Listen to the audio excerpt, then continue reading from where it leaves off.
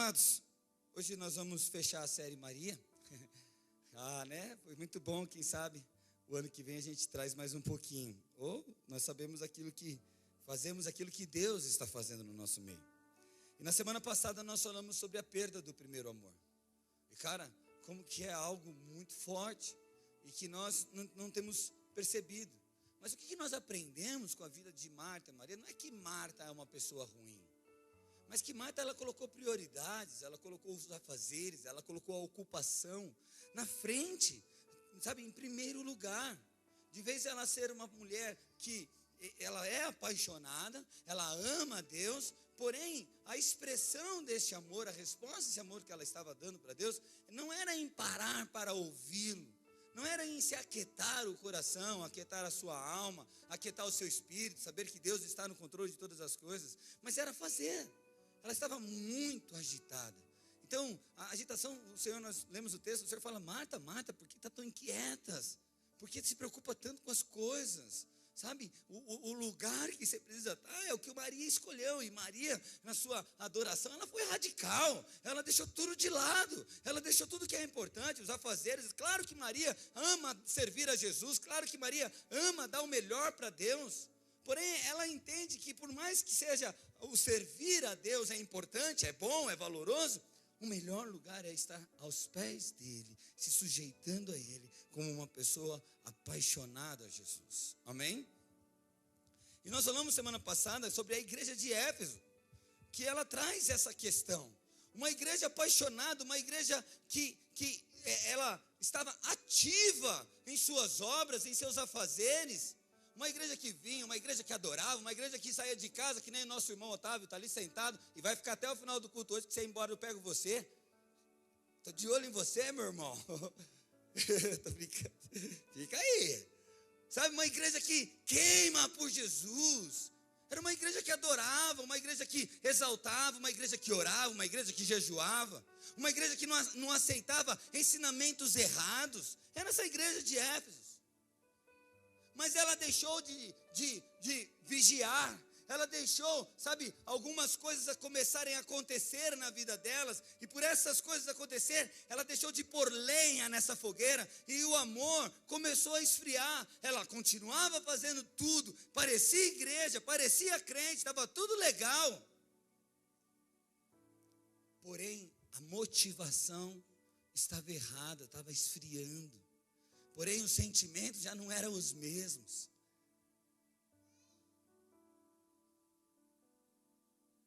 E aí nós aprendemos, também semana passada, que não foi tirado dela. Não foi alguém que chegou e roubou dela esses sentimentos, como um acidente do percurso da vida. Mas a Bíblia diz, Jesus falou assim: o que tenho contra você, olha, vejo suas obras, vejo os seus valores, mas o que eu tenho contra você é que abandonastes, que deixastes o primeiro amor. Não deixou de amar. Jesus não falou que você deixou de me amar, não. Porque eu tenho certeza aqui que na nossa sã consciência, e nem aqueles que nos ouvem, nenhum de nós temos coragem, ousadia de olhar para dentro de nós, porque não existe mesmo isso dentro de nós, e falar assim: Senhor, eu não te amo. Talvez você possa falar assim: Senhor, eu não te amo tanto que o Senhor deveria, porém eu te amo. Existe um amor, existe algo. Então é uma igreja que deixou sentimentos, deixou coisas acontecerem ao seu redor, não vigiou e permitiu com que essa lenha, esse fogo começasse a se apagar. E nós falamos sobre coisas que apagam fogo, né? O convívio com o pecado. A gente, né, não peca, mas a gente convive. A gente aceita, vamos andar junto. É normal, que não sei o que, enfim. A falta de profundidade, a falta de tratamento, as distrações da vida, né?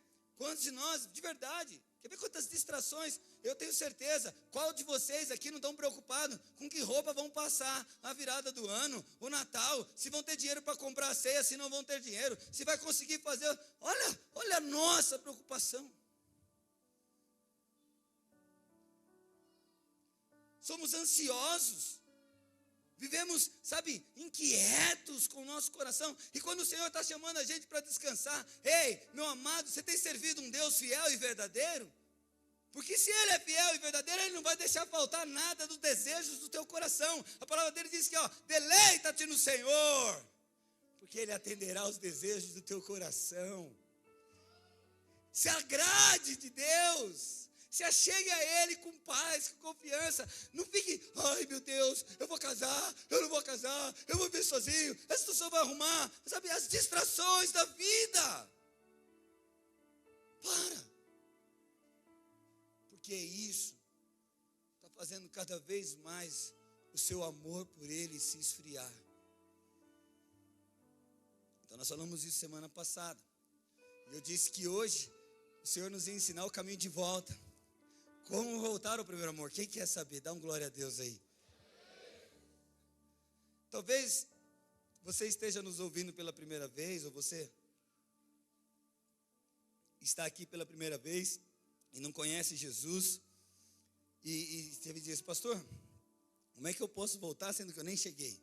Então vem comigo, querido, hoje é seu dia de entender esse primeiro amor e viver apaixonado por Jesus, amém?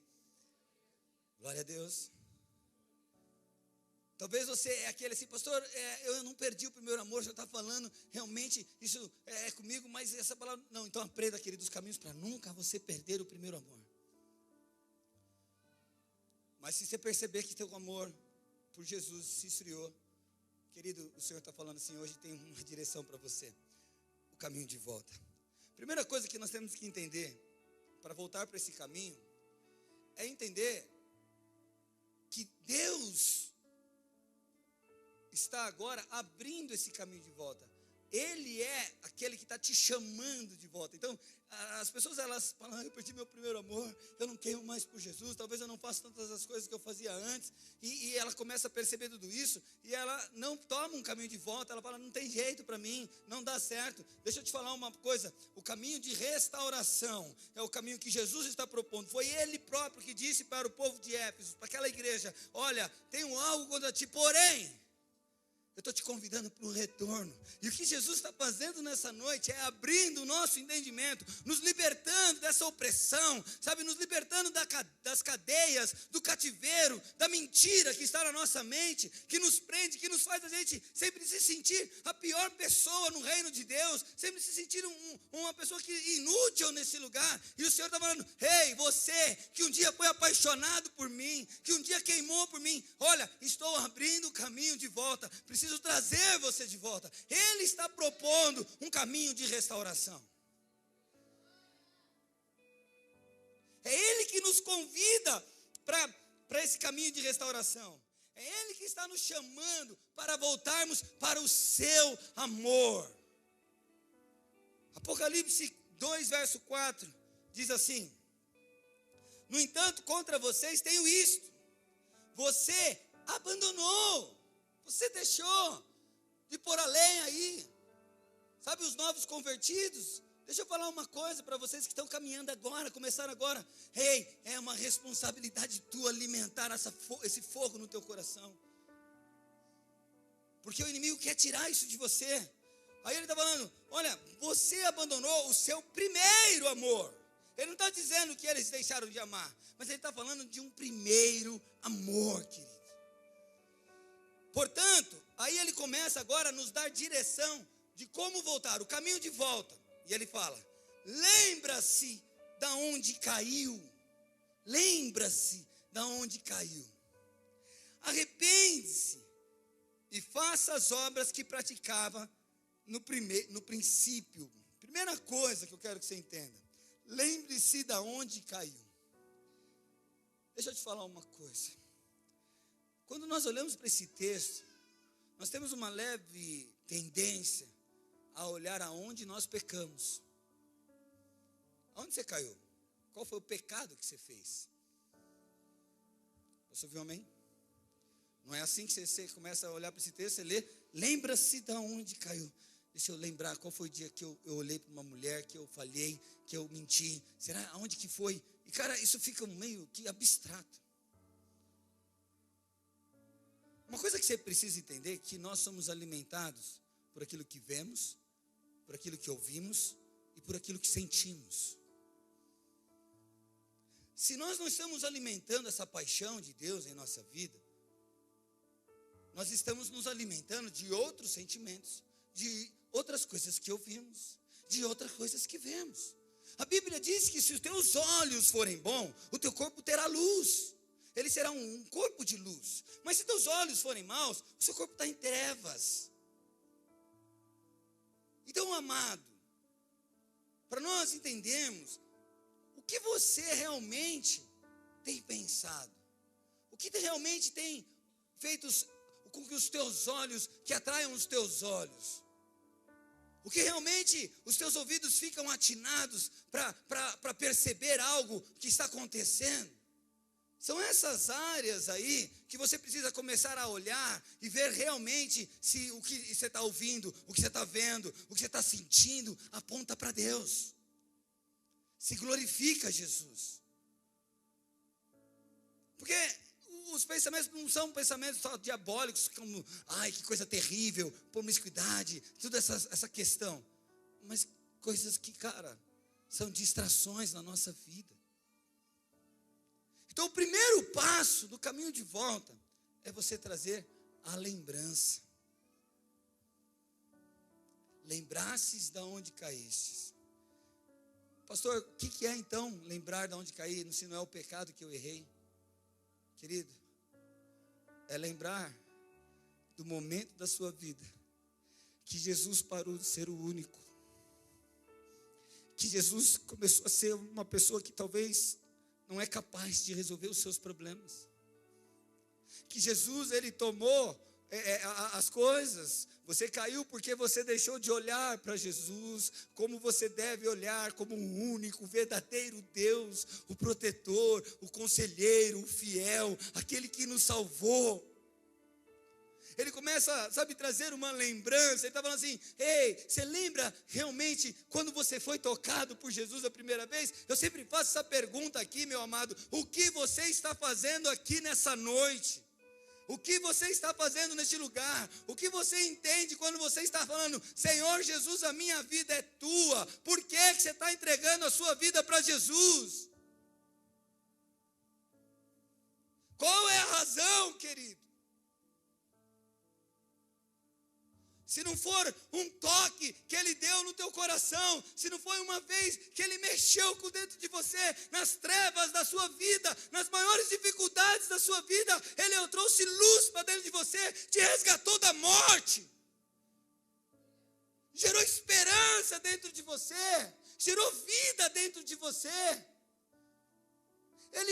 Você estava abandonado, você não tinha mais valor, ninguém mais te valorizava, e um dia Ele te encontrou nessa sarjeta e falou, eu te amo, filho. E aquilo entrou no teu coração de tal maneira, querido, que você ficou apaixonado por Jesus. Que você acordava no outro dia e não via a hora de chegar ao culto, porque naquele culto você sente uma paz, você sente uma alegria, você sente, as dores, a tristeza indo embora, você sente a esperança a brotar, crescendo dentro de nós, porque esse lugar, Ele está nesse lugar e nesse lugar Ele nos fortalece, e eu começo agora não só a estar mais nesse lugar de corpo físico, mas de alma, de coração, de toda a minha força, de todo o meu entendimento.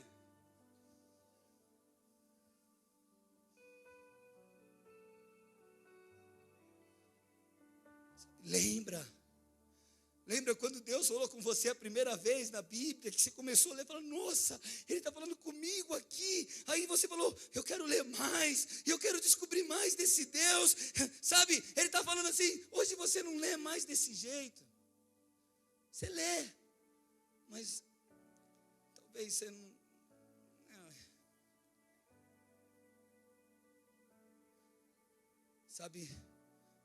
Lembra quando você fazia loucuras para Jesus?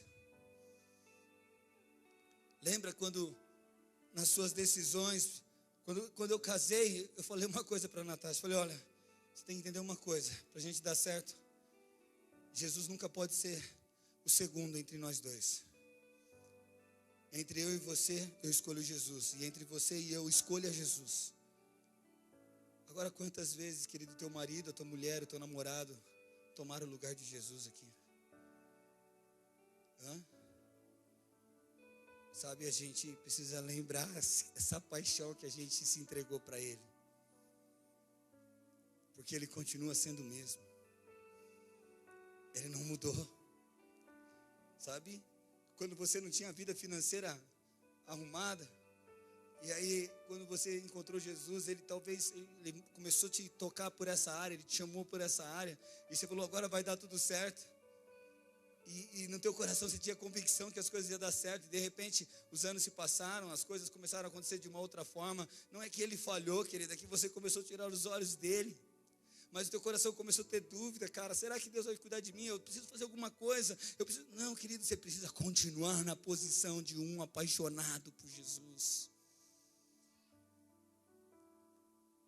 Porque o apaixonado por Jesus, ele não só dá uma oferta, ele dá o melhor que ele tem. Não é uma questão de valor, querido. É uma questão de quanto que ele merece. É uma questão de se mostrar, Senhor, por Ti, eu sou tão apaixonado, que entre a minha vida, o meu deleite, o meu gozo, o meu prazer, eu prefiro Te honrar. O Senhor é a minha provisão, e a prova que eu creio nisso é que tudo que tem é Teu, toma. Se é R$5, querido, é dEle. Quantas vezes, por eu ser apaixonado por Jesus, eu ia para as igrejas, tinha só os R$5 da passagem do busão, e vinha a pé. Porque na hora da oferta, meu coração se contagiou. Eu sabia que era para o ônibus, mas eu falava, não, Senhor, eu não posso sair daqui sem Te dar alguma coisa. Para o mundo, talvez isso seja alienação, bitolação, uma pessoa fanática. Para aqueles que conhecem Jesus, é simplesmente um apaixonado por Jesus. Cadê essa paixão? Então, o caminho de volta, nós precisamos começar a lembrar, sabe, das loucuras que você fazia por Jesus. Querido, em algum momento da tua vida, quando você teve um encontro com Jesus, você começou a se mover de uma forma onde as pessoas começaram a olhar para você e falaram que você está estranho, você está diferente, você não era assim, e não sei o quê, para de ser bitolado. É algo que é natural, porque nós somos apaixonados por Ele. Sabe, você não via a hora de dobrar teu joelho para orar, para conversar com Ele. Hoje não, você olha para o relógio, ai, tem que orar. Percebe? Quantos de nós estamos deixando o primeiro amor? O que é mais importante para nós, querido? É fazer as coisas ou estar no lugar aos pés dEle? É tornar Ele o primeiro em nossa vida ou é continuar colocando todas as coisas como uma prioridade? Jesus, você precisa me abençoar. Olha, você tem que fazer isso aqui.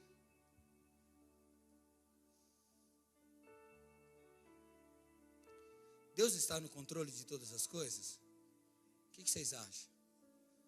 Sim, fala com propriedade. Não, não está.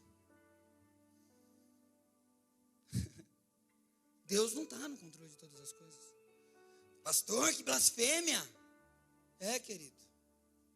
Deixa eu te falar uma coisa. Por que Deus fez o homem no 6º dia?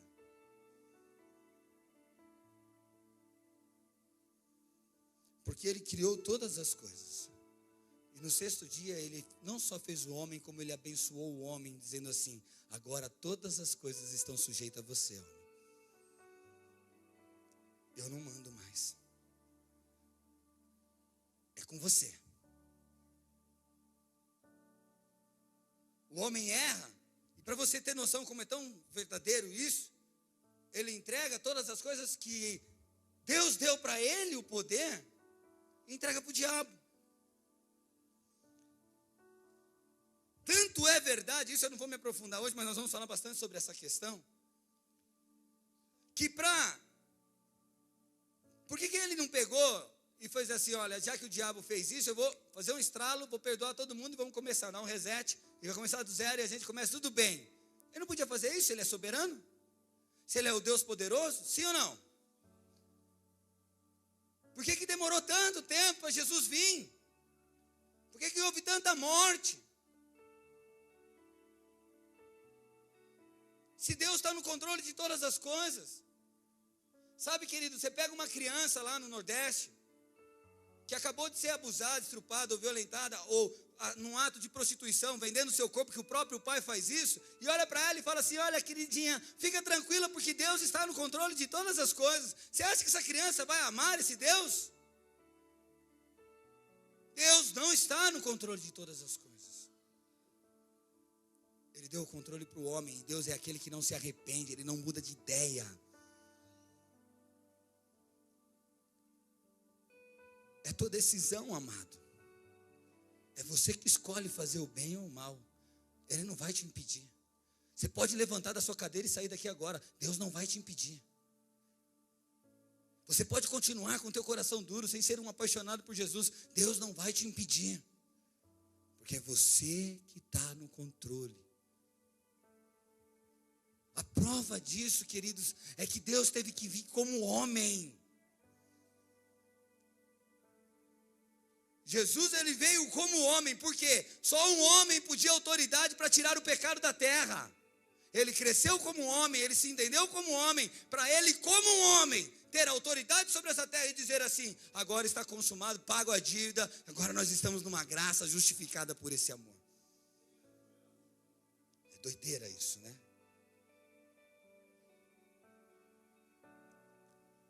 Mas isso está dizendo só que ele não se arrepende do que ele faz.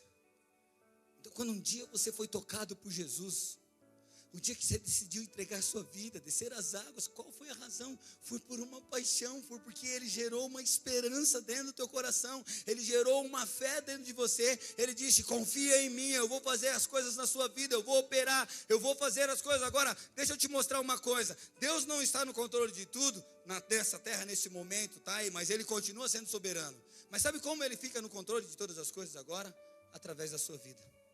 O meu alinhamento com Deus torna de novo o controle nas mãos dele, e ele, através da minha vida, continua regendo e dominando essa terra. Posso ouvir um amém?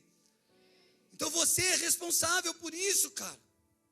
Olha o peso de glória que você carrega. Lamentações, capítulo 3, verso 21, diz assim: todavia, sabe, Jeremias, sabe, ele foi um profeta que sofreu, que chorou, que passou, vamos dizer um ditado popular, um pão que o diabo amassou, que não é verdade. Eu acho que é até feio falar isso, porque esse ditado, ele quer dizer que Jesus foi amassado, Jesus é o pão da vida, que o diabo amassou ele. O diabo não chegou nem perto de Jesus, só no calcanhar, mas Jesus destruiu ele. Mas vamos passar nas dificuldades da vida. Lamentações. Jeremias, cara, eu estava desesperado. Não via solução. Olhava para um lado, não tinha resultado. Do outro lado, não tinha ninguém que fazia algo por ele. A alma dele entristecia todos os dias. Mas olha o caminho de volta. Olha o que tornou Jeremias um profeta, aonde ele profetizou, aonde ele fez o seu chamado, ele cumpriu o seu chamado, ele fez aquilo que Deus queria que ele fizesse. Todos os dias, Jeremias entendia isso aqui. Olha a virada na vida dele. Todavia, lembro-me também do que me pode dar esperança. De quem me pode dar esperança? Graças ao grande amor do Senhor é que não somos consumidos, pois as suas misericórdias são inesgotáveis, renovam-se a cada manhã. Grande é a sua fidelidade.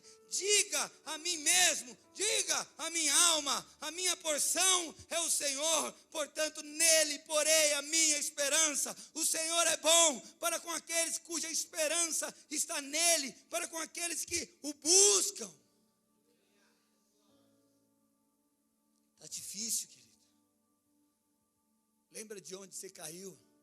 Você caiu do momento onde você parou de ter Deus como a tua única esperança. Você caiu no momento onde as coisas da sua vida ao redor, as situações, o que você ouve, o que você vê, começaram a tomar um lugar no teu coração maior, e você começou a andar de novo da mesma maneira quando ele te encontrastes. E ele está dizendo: ei, eu ainda sou fiel. O caminho de volta, ele está dizendo: eu ainda sou bom, eu ainda tenho as promessas para você. Não me arrependi de nada que eu prometi para você, vou cumprir todas elas. Sou o Deus que cuido, o Deus da provisão, o Deus da saúde, o Deus da proteção, o Deus que te abençoa com toda sorte de bênçãos. Ele não mudou. Ele não mudou. Nós que deixamos de acreditar nisso. Amamos, mas não loucamente. Não a ponto de fazer desesperos. E isso são pessoas que deixassem o primeiro amor. A igreja de Efésios estava bonita, operando, amando. Mas ela não fazia mais com aquela emoção. Tudo era peso. Tudo era difícil.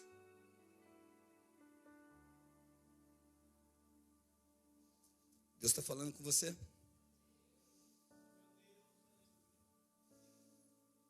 Nós precisamos lembrar de como éramos quando conhecemos a Cristo.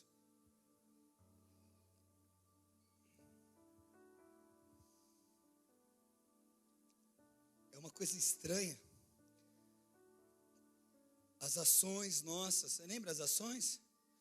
Os primeiros dias de encontro com Jesus, você não queria sair da igreja, lembra, Nicole? Hoje quanta briga para chegar aqui, né? Sabe os pensamentos?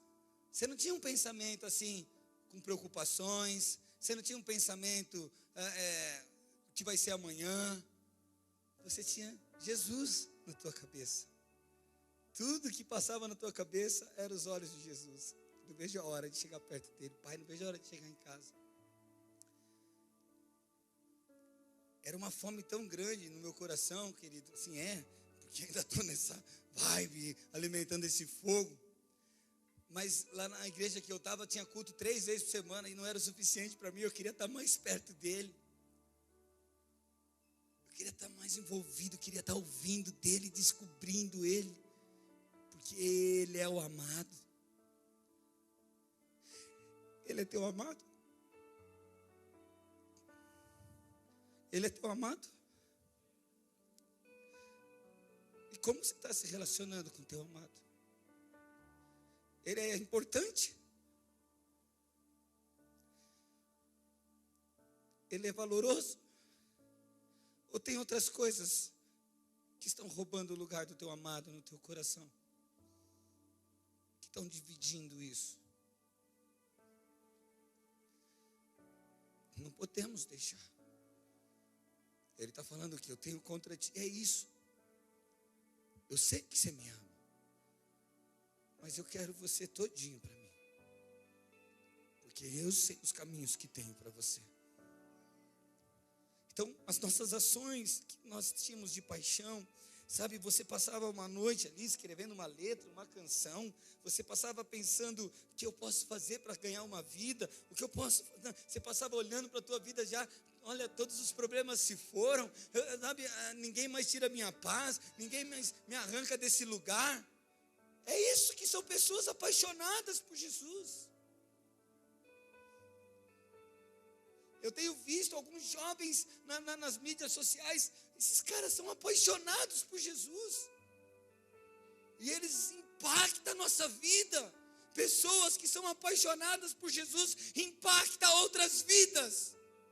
Pessoas que deixam de queimar são só mais um. Eles não apontam para Jesus, os seus planos não apontam para Jesus, as suas estratégias não apontam para o reino. Simplesmente para o seu umbigo, simplesmente para os seus deleites, simplesmente para as suas vontades. E o Senhor falou, não se preocupar com o que vocês têm que viver nessa terra, mas se preocupar comigo, com as coisas do céu. E Ele sabe, querido, Ele vai te levar a viver tudo de bom nessa terra. Porém, não deve estar aqui a nossa preocupação. Sabe, de novo eu quero perguntar, o que te fez entregar a vida para Jesus? Qual foi a palavra que Ele falou ao teu coração que te convenceu? Precisamos lembrar, porque Ele não mudou as suas promessas e não mudará. E agora, isso nos leva para o segundo ponto do caminho de volta, que é o arrependimento. Sabe, às vezes a gente fica aqui na lembrança, porque não basta só termos saudade como que era.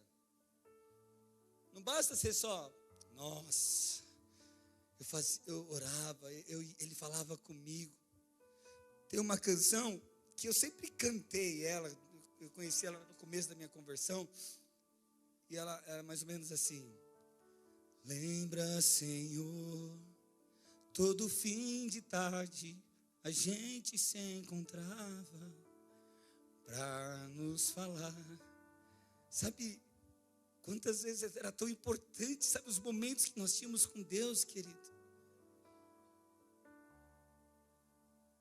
Fala de Adão estava lá, todo fim de tarde ele estava, sabe?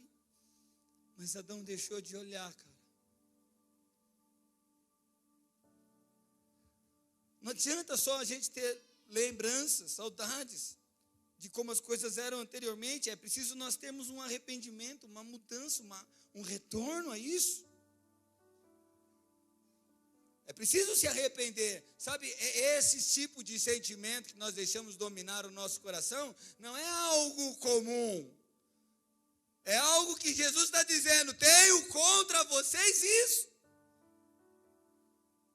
É algo que nós, como igreja, precisamos olhar e falar: peraí, meu coração queima como queimava no começo, ou tem diminuído? Ou tem, sabe, não é você passar por uma luta, um momento de tristeza, um momento de angústia, não é isso. É de novo, querida, a esperança da sua vida não está mais nas mãos de Jesus. A esperança do seu futuro não está mais nas mãos de Jesus. A esperança dos resultados dentro da tua casa, da tua família, não está mais na mão de Jesus, mas agora nas suas preocupações, naquilo que você tem que fazer, naquilo que você tem que agir, naquilo que você tem que, sabe, você precisa ser o cara que resolve as coisas. Não, cara, você precisa voltar para o lugar onde você nunca devia ter saído, aos pés dele. Deus está falando com você, querido. Por que você faz o que faz aqui neste lugar? Por que você diz que é um cristão? A resposta é: porque eu sou apaixonado por Jesus, pastor. Só que existem algumas pessoas que acham que se arrependeram. E existe um arrependimento genuíno, bíblico. Tá? É um processo de arrependimento, querido. É um processo que é doloroso. Doloroso no sentido de a gente encarar. Pô, eu preciso reconhecer isso. Porque uma das dificuldades do ser humano é reconhecer suas falhas. Ainda mais quando nós estamos falando sobre sentimentos de amor. Tá, eu amo Jesus, pastor, mas não precisa. Você começa agora a colocar uma base. Mas existe um texto de 1 Coríntios que ele nos dá uma direção muito forte sobre a questão de como nós devemos tratar sobre essa questão de se arrepender. Olha só, 1 Coríntios capítulo 1, verso 7, capítulo 5, verso 1, desculpa. Diz assim: por toda parte se ouve que há imoralidade sexual entre vocês, imoralidade que não ocorre nem mesmo entre os pagãos, a ponto de um de vocês ter relações sexuais com a mulher do seu próprio pai. Bom, até aqui a gente olha para esse pecado e a gente fala assim: uau, mas isso não acontece. Querido, o pecado para Deus não tem tamanho. Erros são erros, falhas são falhas, e deixar o primeiro amor é o maior pecado que nós podemos cometer, amém? Amém? Só que o problema é o seguinte: a igreja de Corinto era uma igreja linda também, cheia de dons, de talentos, uma pique de uma igreja grande. E uma igreja grande, como uma igreja pequena, tem pecados, amém? Então, aqui não é uma coisa nossa. Então, o apóstolo Paulo está falando de uma situação de pecado. Tem pecado em tudo quanto é lugar. Por que Paulo está falando isso? Mas o enredo desse texto não se resume no que é o pecado, mas no comportamento da igreja.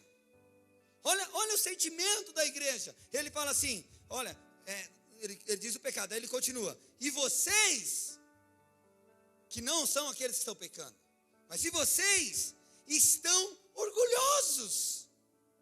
Olha como nós nós somos belos na adoração, como nós somos grandes, nós temos muitas células, a gente está fazendo todas as coisas, ou seja, a vida está tocando, os sentimentos estão acontecendo errado ao nosso redor, as coisas estão tudo, meio atrapalhado, um com problema aqui, outro com problema ali, e nós não estamos nem aí, estamos continuando, erguendo as mãos aqui, e louvando a Jesus, orando, e nada muda.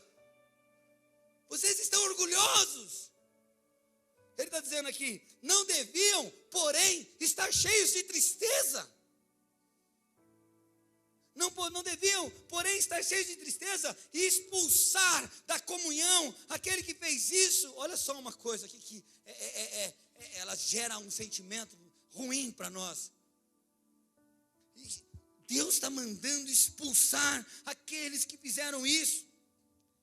Ele está dizendo assim, apesar de eu não estar presente fisicamente, estou com vocês em espírito, e já condenei aquele que faz isso, como se estivesse presente. Então, em nome do Senhor Jesus Cristo, e com o poder dele, quando vocês se reunirem, e eu estiver com vocês em espírito, entreguem esse homem a Satanás. Aí sabe o que a igreja orgulhosa faz? É tão difícil, pastor, tirar uma vida do mundo e a gente vai entregar uma vida para Satanás.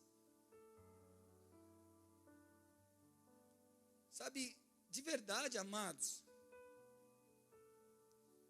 quantos problemas nós temos entre nós e nós estamos ainda orgulhosos daquilo que estamos fazendo nesse lugar. Estão se achando uma igreja santa, imaculada. Vocês cantam aqui com o coração bonito, mas como é que é na casa de vocês? Como é que é realmente a sua paixão por Jesus? Vocês ofertam aqui, a Bíblia diz, quando você oferta, não tenha uma pessoa que tenha algo contra você, porque se tiver com alguém contra você, não adianta ofertar. E sabe como vocês estão resolvendo esses problemas? Estão orgulhosos do que estão entregando para Deus? Estão se sentindo aqui a forma correta de dizer, Deus, olha, eu sei o jeito de te adorar. Ei, Jesus não quer isso. Jesus quer pessoas apaixonadas. Pessoas que entendem que o que entristece a Deus, entristece a mim. O que alegra a Deus, me alegra. E eu quero andar nisso. Pessoas que carregam essa mensagem. E só, querido, quem é apaixonado por Jesus carrega isso. Posso ouvir um amém?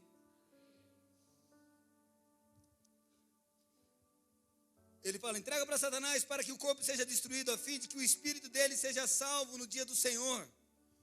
O orgulho de vocês não é bom. Não é bom. Se a gente tem diferença entre um e o outro, se a gente se acha melhor que um que o outro aqui nesse lugar, se você não consegue tratar, perdoar, ou alguma coisa desse tipo, e você está aqui dizendo que você ama a Deus, você é um orgulhoso, prepotente, e não ama nada de Deus. E esse orgulho não é bom. Por isso é entregar para Satanás, querido. Entregar para Satanás não é dizer, demônio, você tem poder na vida dessa pessoa, controla ela, faz isso, não. Mas é expor. É mostrar, olha, você está errado. Você precisa tomar uma direção. Existe um líder nesse lugar, e o líder é Jesus. É da maneira dele, é do jeito dele. Não vem aqui entregar o teu culto do jeito que você pensa que tem que entregar. É do jeito dele. Não se torne membro dessa igreja do jeito que você acha que você tem que ser membro, mas é do jeito que ele colocou nesse lugar. Se tem fofoqueiro aqui, você tem ouvido o fofoqueiro, querido, e não corrige ele, você erra junto com o fofoqueiro. Se tem mentiroso aqui e você não corrige ele, você mente junto com ele. Se tem adúltero nesse lugar e você sabe disso e não corrige ele, você adultera com ele. É uma igreja orgulhosa, mas que não faz bem esse orgulho para ela. Aí ele conta aqui, olha o que ele fala, olha o texto, e ele continua dizendo, o orgulho de vocês não é bom. Vocês não sabem que um pouco de fermento faz fermentar toda a massa? É só um pouco, querido. Eu só preciso de ter um ou dois aqui nesse lugar que não está sendo corrigido, para que toda a igreja também comece a ser entrando no mesmo caminho. Sentimento de indignação, sentimento de injustiça, sentimento de abandono, sabe, de não levar a palavra de Deus a sério. O outro não lê, eu também não leio. Sabe, querido, o fermento fermenta toda a massa. Nós, como igreja, somos responsáveis por cada vida que está aqui no lugar. Olha para o seu lado, olha para o lado aí, por favor. Essa pessoa que está do teu lado, você é responsável pela vida dela. Em duas coisas: em mostrar para ela como é ser apaixonado por Jesus, e também corrigir ela dos erros e das falhas dela. Não com a pretensão de mostrar assim, olha, eu estou certo e você é o errado, mas dizer, irmão, vamos caminhar diferente. Sabe, em amor, queridos, como Jesus faz com a gente. Esse é um caminho de volta, é arrepender-se. Deus está falando com você? Nós não podemos andar orgulhosos quando já não encontramos, sabe o quê? O fogo dentro do nosso coração. Não dá mais, amado, para você falar assim, olha, você está bem com Deus e você não queima mais com Jesus. Não dá. Para com isso, eu não quero nem entrar no pecado, vamos ficar só na primeira paixão. Não dá para falar que você está bem com Jesus, que está tudo legal, que está tudo certo, mas, cara, você nem se preocupa com Jesus, é só nesse dia aqui que você lembra de Jesus. Cara. Você tem que tomar uma atitude. E o processo de arrependimento tem que gerar uma dor, tem que gerar uma tristeza dentro do teu coração. Ei, Rocha, você tem que gerar uma tristeza dentro do teu coração, está entendendo, irmão? Não dá para falar, não, está tudo normal, está tudo bem. Tá legal, vamos continuar. Ei, você começou a ver o fogo abaixar, cara, começa a ficar desesperado, mano. Porque, amado, o dia que esse fogo deixar de queimar, mano, não te resta mais salvação. Demora, é longo. Você está aqui nessa noite e não é porque o fogo parou, não, o fogo está aí. Mas muitos já não estão mais aqui, mano.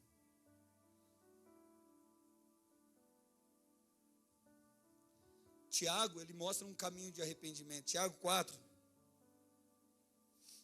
verso 9 diz assim: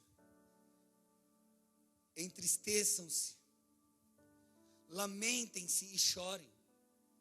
Troque o riso de vocês por lamento e a alegria por tristeza. Humilhem-se diante do Senhor e Ele os exaltará. Não estou vendo essa paixão mais em mim? Você olhou para o começo do seu, quando se encontrou com Jesus. Se não está igual, sabe?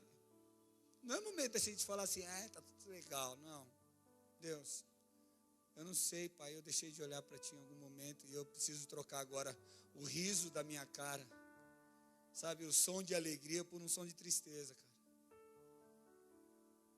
Eu preciso de ajuda, Jesus. Se humilhar não é falar um monte de coisa para Deus, assim, tipo, eu não presto para nada, eu não sei fazer nada. Não, é só reconhecer Ele como Senhor. Eu sou humilde o suficiente para dizer que eu estou deixando o primeiro amor de lado, Pai, e eu quero voltar para esse lugar. Quantos estão entendendo isso? Essa palavra, ela é para aquele que está entendendo esse texto de Tiago, mas não se preocupa com a mudança, está nem aí.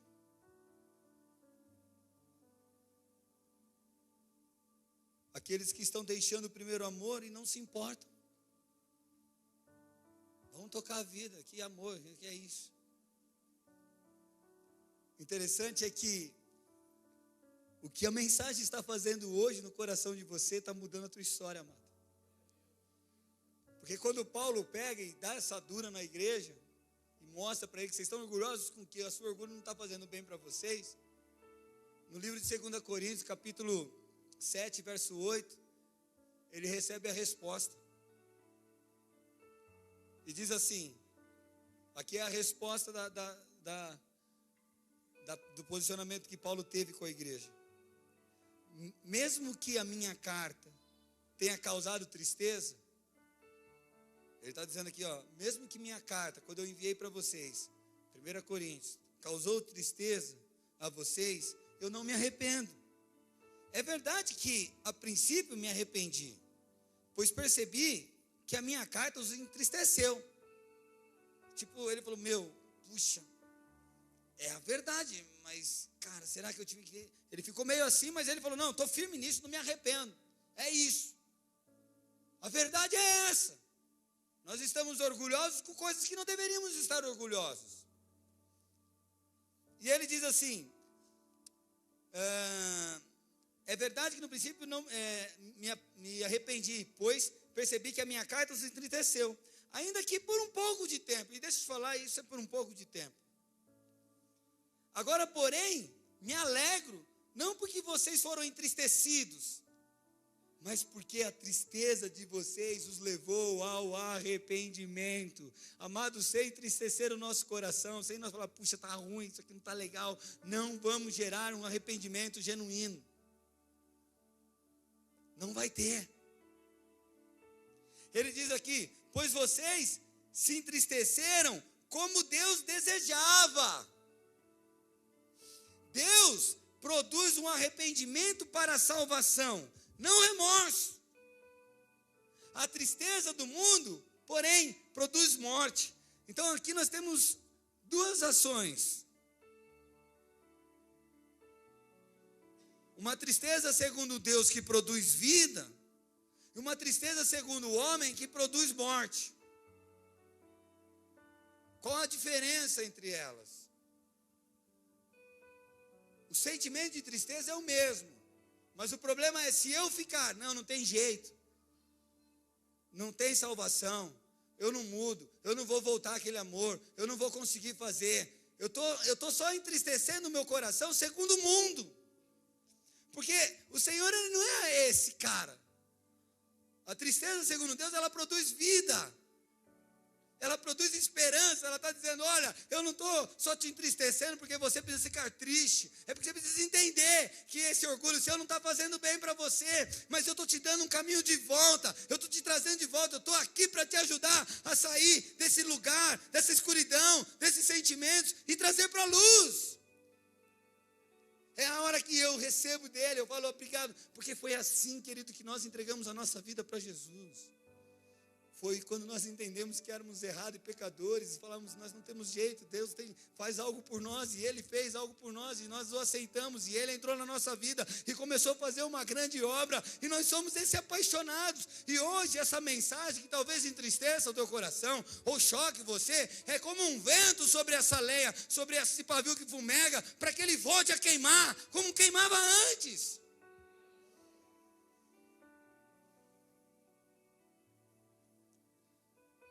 Ei, você é apaixonado por Ele.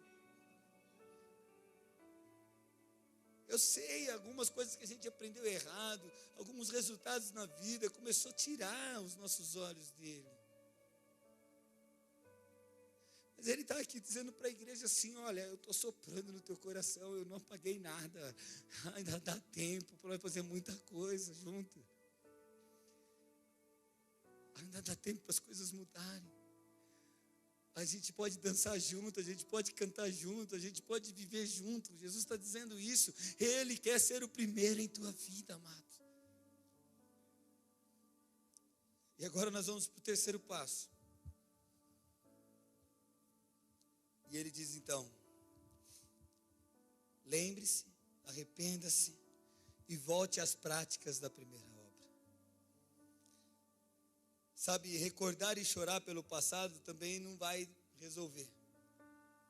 Mas é preciso a gente começar. É um processo que nos faz tomar uma decisão de rumo de volta. Pô, lembrei, me entristeci, chorei, arrependi. E agora eu estou caminhando de volta. Tem uma canção que fala, né, sobre isso. Me prostrei, chorei, né?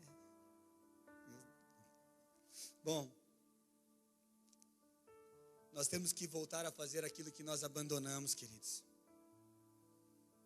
Nós temos que voltar a ter esse relacionamento com Ele. Sabe, voltar a buscar como nós buscávamos antigamente, voltar a se relacionar com Ele, ser filho amado, querido. Temos que voltar a queimar por Ele.